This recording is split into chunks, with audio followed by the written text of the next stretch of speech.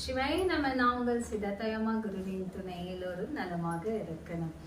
இன்றைய பதிவு பங்குனி உத்திரம். பங்குனி உத்திரம் முருக பெருமான் உடைய அருள் ஆசீர்வாதம் எல்லோருக்கும் கிடைக்கணும். அந்த நாள்ல ஒவ்வொரு தெய்வத்துக்கும் திருமணம் ஆன நாள்.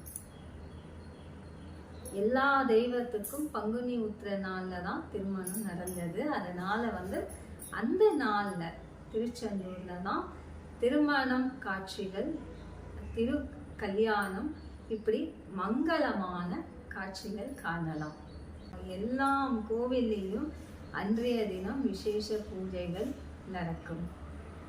சிவன் சக்தி, விஷ்ணு லக்ஷ்மி, முருகன் வள்ளி தெய்வானை, இப்படி திருக்கல்யாணம் நடந்த நாள் ரொம்பவே அற்புதமான நாள்.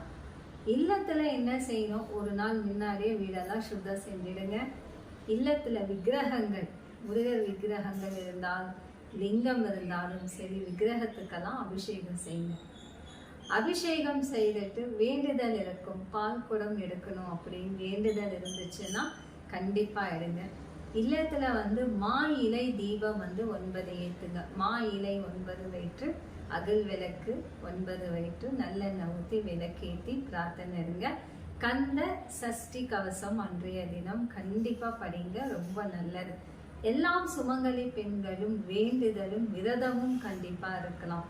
உங்களுடைய வேண்டுதல் எதுவாக இருந்தாலும் கண்டிப்பா நிவர்த்தி ஆகும். சில பக்தர்கள் என்னிடம் கேட்டிருந்தாங்க, அவருடைய கணவர் 1 வருஷம்தான் லட்சுமா இறந்து, நான் பால் குடம் எடுக்கலாமா? 1 வருஷம் ஆன பிறகு நீங்க எல்லா பூஜைகளும் கண்டிப்பா செய்யலாம். பால் குடம் பிள்ளைங்களுக்காக நீங்க எடுக்கலாம், உங்களுடைய ஆரோக்கியம் நலமா இருக்கணும்னுக்காக எடுக்கலாம். கணவர் இறந்துட்டாருன்னுட்டு எங்கேயும் போகாதவே சில பக்தர்கள் வீட்டிலேயே இருப்பாங்க பெண்கள். அந்த மாதிரி இல்லை. எப்போ ஒரு கல்யாணம் ஆகுதோ நீங்க சுமங்கலி பெண். எப்போ கணவர் இறந்துட்டாரோ நீங்க நித்திய சுமங்கலி. நீங்க சுமங்கலியா இருந்து நித்திய சுமங்கலி எப்படி இருக்கிறீங்களோ அப்படியே இருங்க. உங்க மனசுக்கு நீங்க சுத்தமாக இருந்தா போதும். உங்க மனசுல நீங்க உங்க கணவரை ஆத்மார்த்தமாக நீங்க நினைத்து இருந்தாலே போதும். நீங்க எப்படி இருக்கீங்களோ அப்படியே இருங்க. இதுல எல்லாமே எடுத்துட்டு அவங்க ரொம்ப வேதனைப்படுவாங்க. சில விசேஷ காரியங்களுக்கு போகிறதுக்கு கூட, சில பேர் கூப்பிடுறதுக்கு கூட ரொம்ப தயங்குவாங்க. அவங்க வேண்டாம், இப்பதான் கணவர் இறந்தாங்க. அவங்க மனசு வேதனைப்பட்டால் அந்த இடத்துல கண்டிப்பா கஷ்டங்கள் வரும். அவங்க மனசு நல்லா இருக்கணும். அவங்க எப்படி நீங்க முன்னாடி நிக்க வச்சுட்டு இதை செய்ய நீங்க சொன்னீங்களோ அதை போல சாதாரணமா இருந்துடுங்க, செய்வாங்க. அதனால இந்த மாதிரி மனசு வேதனையோட பேசுறது நிறுத்திடுங்க. அப்படி வேண்டாம். அவங்களும் ஒரு பெண்ணு தான். அவங்க சுமங்கலியா இருந்து பிள்ளையை பெற்று எடுத்து அவங்க வாழ்ந்தவங்க தான். அதனால யாரும் எந்த குறையும் சொல்ல வேண்டாம். கண்டிப்பா எல்லோரும் பால் குடம் எடுக்கலாம். பால் குடம் விசேஷமானது.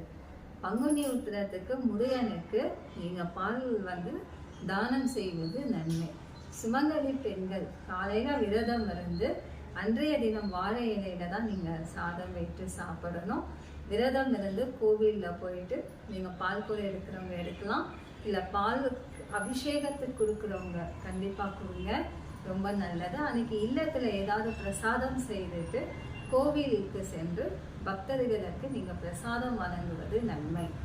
சுமங்கலி பெண்கள் ஒரு 9 பேருக்கு வெத்தலை பாக்கு, பழம், ஒரு மலர்கள், 2 வலை, மஞ்சள், குங்குமம், பிளவுஸ் பீஸ் வைத்து, ஒரு தேங்காய் வைத்து நீங்க திருமணம் ஆனவங்களுக்கு, பெரியவங்களா இருக்கணும், மாங்கல்யக்கை, மஞ்சள் கிழங்கு இதை வச்சு கொடுக்கலாம். ஒரு 9 பேருக்கு தீர்க்க சுமங்கலி பவான்னு சொல்லி அவங்க வாழ்த்தணும். பெரியவங்க கிட்ட ஆசீர்வாதம் வாங்கிக்கணும். திருமணம் தடையா இருக்கு, திருமண பாக்கியம் கிடைக்கணுன்றவங்க கூட வெத்தலை பாக்கு, மாங்கல்யக்கை, மஞ்சள் கிழங்கு, வலை, இதை போல ஒரு பழம், பூ வைத்து கொடுங்க, ரொம்ப நல்லது. பிரசாதம் உங்க கையில அன்னதானம் ஏதாவது செய்யுங்க.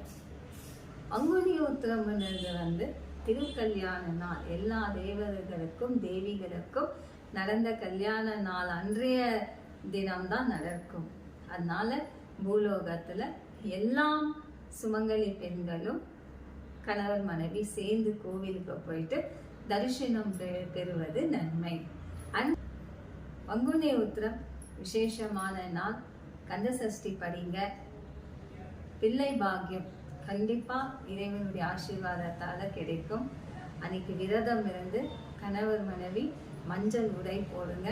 கணவர் மனைவி பிரார்த்தனை இருங்க. மடிப்பிச்ச இறைவனிடம் கேளுங்க. கண்டிப்பா குழந்தை பாக்கியம் உண்டாகும். உங்க வாழ்க்கையில எல்லாமே சுபக்ஷமா ஆகுவதற்கு இத போல ஒவ்வொரு நாளுமே விசேஷமான நாள். அதுல தெய்வத்துடைய விசேஷமான நாள் பங்குனி உத்திரம். உத்திர நட்சத்திரத்துல இருக்கிறவங்க கண்டிப்பா முருகப்பெருமான் கோவில் போயிட்டு பால் குடம் எடுத்து பால் அபிஷேகம் செய்வதற்கு நீங்க தானம் செய்வது நன்மை. அதனால ஒவ்வொரு மங்களமான இத போல விசேஷமான நாள தெய்வத்துக்கு நீங்க செய்யும் போது ரொம்ப நன்மையாகும். உங்களுக்கு புண்ணியம் கிடைக்கும். நிறைய பேர் கேட்பாங்க, ஏன் இந்த பண்டிகை செய்யறோம், ஏன் இந்த நட்சத்திரத்துல தெய்வத்துக்கு செய்யறாங்க அப்படின்னு. ஒரு மனிதர் இறந்துட்டாங்கன்னா அவங்க தூதானவர்கள் இடம் போய் கேட்பாங்க, என்னன்னு நீ எனக்காக என்ன செய்த, தெய்வத்துக்காக நீ என்ன செய்த. அப்போ அந்த இறந்தவங்க என்ன சொல்லுவாங்கன்னா, நான் என் பிள்ளைக்காக பாசத்துக்காக சொல்ல மாட்டாங்க, நான் பிள்ளை பார்க்கணும், நான் இதை செய்யணும் அதை செய்த, ஆஸ்தி சேர்த்து வச்சேன், எதுவுமே சொல்ல மாட்டாங்க. தெய்வத்துக்காக நீங்க என்ன செய்வீங்கன்னா, நான் இந்த நாள்ல விரதம் இருந்தேன், தெய்வத்துக்கு விக்கிரகத்துக்கு நான் அபிஷேகம் செய்தேன், தெய்வத்தை வணங்கினேன், தெய்வத்தை நான் வரணித்தேன், தெய்வத்துக்கு நான் இதை செய்தேன், நான் நோன்பு எடுத்தேன், நான் விரதம் இருந்தேன், நான் பூஜை செய்தேன்னும் போது அந்த தூதானவர்கள் தெய்வலோகத்துக்கு போறதுக்கு வழி விடுவாங்க. இது உண்மையான ஒரு விஷயம். யாரெல்லாம் விரதம் இருக்காங்க, யாரெல்லாம் ஆன்மீக வழிபாடுகள் இருக்கிறாங்களோ எல்லா மனிதரும் இறந்த உடனே இது அத்தனையும் ஒரு கணிக்கை தான். சில பேர் பாசத்துல நான் என் பிள்ளைய விட்டுட்டு வந்துட்டேன், என் ஆஸ்தியை விட்டு வந்துட்டேன், நான் திருப்பி போவேன். ஆனா தெய்வம் கேட்கும், எனக்காக நீ என்ன செய்தன்னும் போது அந்த மனிதர் சொல்லுவாங்க, உனக்காக நான் விரதம் இருந்திருக்கேன், உனக்காக நான் இந்த பண்டிகை செஞ்சிருக்கேன், உனக்காக நான் எல்லாமே ஆன்மீக வழிபாடுகள்ல இருந்து உன்னையே நான் வர்ணித்திருக்கேன் போது அவங்க வழி விடுவாங்க. அதனால நம்ம நல்ல விஷயங்கள் தடை இல்லாம செய்வது நன்மை. இதனாலதான் ஒவ்வொரு பண்டிகையும் ஒவ்வொரு விசேஷமான ஒரு நாள்ல நம்ம தெய்வத்தை வணங்கணும், பூஜை செய்யணும், விரதம் இருக்கணும், இறைவனை நேசிக்கணும், இறைவன் மந்திரத்தை சொல்லணும், மந்திரத்தால நிறைய நமக்கு நன்மையாகும் அப்படின்னு அந்த தெய்வ வழிபாடுகள்ல போகணும். எல்லா மனிதருக்கும் தெரியாது, ஏதோ ஒண்ணு கடவுளை கும்பிடுறோம் அப்படின்னு கும்பிடுறாங்க, அப்படியெல்லாம் இல்லை. அதுவும் ஒரு கணிக்கை உண்டு. அது இறந்த பிறகுதான், இறந்த ஆத்மாங்களுக்கு தான் தெரியும்.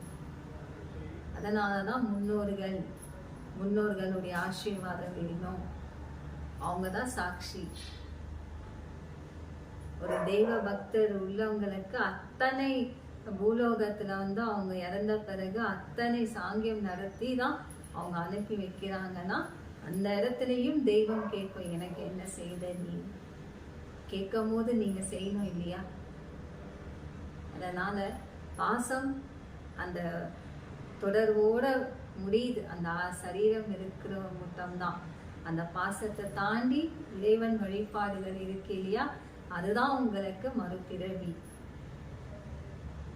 மங்களமான அந்த பிறவி, யோக பிறவி எடுத்து நல்லா இருக்கணும்.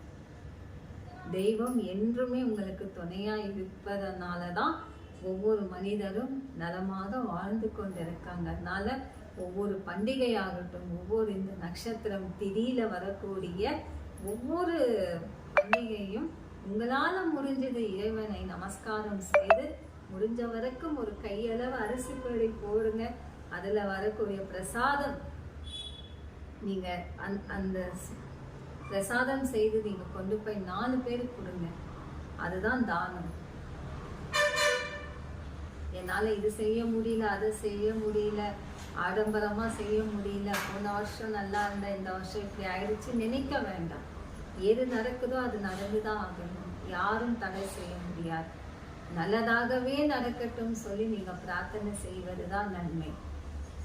இந்த பங்குனி உத்திரம் எல்லா சுமங்கலி பெண்களும் தீர்க்க சுமங்கலியா இருக்கணும்னு சொல்லி நம்ம கோவில ஸ்ரீ பாலமுருகனுக்கு அபிஷேகம் ஆராதனை இருக்கும், பிரசாத அன்னதானம் இருக்கும். உங்களுடைய குடும்ப பேரு நீங்க அனுப்புறதுன்னா எனக்கு வாட்ஸ்அப்ல, ஃபேஸ்புக்கில் இல்லை யூடியூப்ல வந்து கீழே மெசேஜில் அனுப்புங்க. கண்டிப்பா நான் உங்களுக்காக நான் பிரார்த்தனை இருப்பேன். சிவராத்திரிக்கு நிறைய பேர் அனுப்பியிருந்தீங்க. ஒரு புஸ்தகத்துல எழுதி அந்த ஹோமம் செய்யும் போது நான் எல்லா குடும்ப பேரும் நான் படிச்சிருக்கேன். அதனால வந்து கண்டிப்பா எல்லாரும் நலமா இருக்கணும். நீங்க எந்த ஒரு விசேஷ பூஜையிலையும் இறைவனை நீங்க எப்படி பிரார்த்தனை இருக்கிறீங்களோ, அதுக்கேற்ற விரத பூஜைகள் எப்படி இருக்கீங்களோ, கண்டிப்பா இறைவன் பலன் கண்டிப்பா உங்களுக்கு கொடுப்பாங்க. இந்த பங்குனி உத்திரம் எல்லோருக்கும் நலமாக இருக்கணும். திருமண தடையா கண்டிப்பா விரதம் வருங்க. மாங்கல்யம் கண்டிப்பா நடக்கும். குழந்தை பாக்கியமா இந்த பங்குனி உத்திரத்துக்கு வேண்டுதல் வைங்க. பால் குடம் எடுக்கிறேன்னு சொல்லி வேண்டிக்கங்க, கண்டிப்பா நிவர்த்தி ஆகும். பங்குனி உத்திர பாக்கியத்துக்கு என்ன செய்யணும்னா, ஒரு மஞ்சள் துணியில மஞ்சள் அரிசி அச்சி வேல வைங்க. தொட்டில் சின்னதா வெள்ளியிலையோ இதில் வாங்கி வைங்க. மஞ்சள் கிழங்கு வைங்க. ஜாதிக்காய், மாசிக்காய், லவங்கம், ஏலக்காய், பச்சை கற்பூரம், ஒரு 11 ரூபாய் காணிக்கை வச்சுட்டு முடிச்சு போட்டு இல்லத்துலேருந்தே சுமந்து நீங்க கொண்டு போகணும். வடியில சுமந்து கொண்டு போய் முருகரிடம் எனக்கு அடுத்த வருஷத்துக்குள்ள குழந்தை பாக்கியம் வேணும்னு சொல்லி வேண்டுதல் வைங்க. திருமண தடையா இருக்கா, இறைவனிடம் வெத்தலை பாக்கு, பழம், ஒரு சின்ன தட்டுல வந்து மஞ்சள் வேஷ்டி, அஸ்தோத்திரம் வைத்து வெத்தலை பாக்கு, பழம் இது எல்லாமே வச்சுட்டு நீங்க என்ன செய்யணும், மாங்கல்யம் கையில் வச்சுட்டு எனக்கு திருமண மாங்கல்யம் வந்து சுபகாரியம் நடக்கணும்னு சொல்லி நீங்க கோவில்ல தானம் கொடுங்க. தீர்க்க சுமங்கலியா இருக்கணும், என் கணவரும் நானும் சந்தோஷமா இருக்கணும்னு சொல்லி நீங்க வந்து அன்னதானம் செய்யுங்க. பால் அபிஷேகத்துக்கு பால் தானம் செய்யுங்க. ஏதாவது வஸ்திர தானம் செய்யலாம். இதை போல தானம் செய்யுங்க, ரொம்ப நல்லது. உங்களுக்கு ஏதாவது சந்தேகம் இருந்தால் கமெண்ட்ஸ்ல அப்டேட் பண்ணுங்க. சிவாய நம. குருவின்